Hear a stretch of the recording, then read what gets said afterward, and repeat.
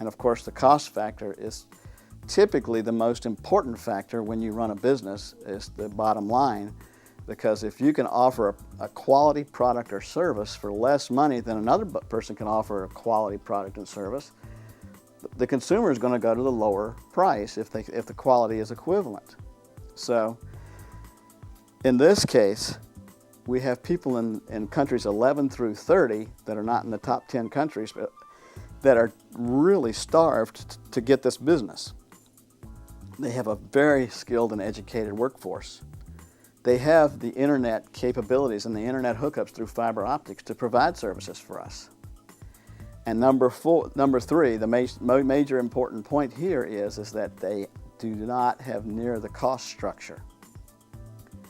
Now, not only is their wages much, much, much lower. I'm talking about somebody here that you would have to pay $10 an hour. You only have to pay $2 an hour to get exactly the same skills and quality. So that's an 80% savings in labor. Well, no, it's a lot more than 80% savings in labor, because if I hire somebody here, not only do I hire them here, I have to pay, as an employer, I have to pay the matching Social Security and Medicare taxes on them. So that's additional money I have to pay them over and above their regular pay.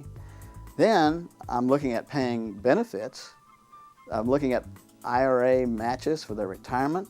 I'm looking at paid time off. I'm looking at paying them for holidays. I'm looking at paying them for sick time, personal time. If they go to jury duty, I'm having to pay them for jury duty, even though they're getting paid something by the court. Typically, most employers have to make up the difference. I'm having to pay them for vacation pay. So I'm paying for all this extra time that I'm getting no work for. Plus, I'm paying them 80% more per hour. Plus, I've got this other factor of being sick, or of coming to work late, or of coming to work and being so worried about their children at home, or their spouse, or their other personal issues that they're present, but they're not really here. You know what I'm talking about? I've got all these factors going on. Where in this other country, I got 80% less pay. I don't have any matching FICA or Medicare. I don't have any sick pay, vacation pay, no jury duty pay. If they have to come in on time, or they get fired because there's 10 people waiting in line. So they come in on time, they work on time, and they have a high level of energy and a good attitude because they're very grateful to have the work. It's just a whole different scenario. So I know it's kind of tough love, but I'm just kind of telling you how it is.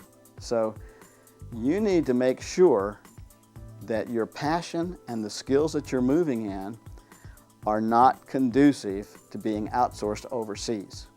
Because over the next 5 or 10 years, it's just going to move that direction. That we cannot build a fence around the United States of America and say, hey, we're only going to do work inside the America, when these other people are just wiping us out with this much lower cost, higher quality products coming in on the import market.